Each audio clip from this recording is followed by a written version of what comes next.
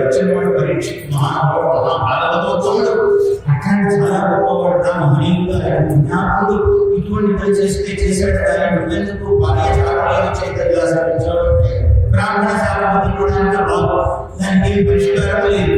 అందువల్ల పిల్లవాడు అందులోవాడు అగ్నికణంలాగా తపస్సుతో గెలుస్తున్నాడు క్షమించేశాడు అయిపోతే ఆయన అయ్యో అనుకున్నాడు దాన్ని పాపం శని.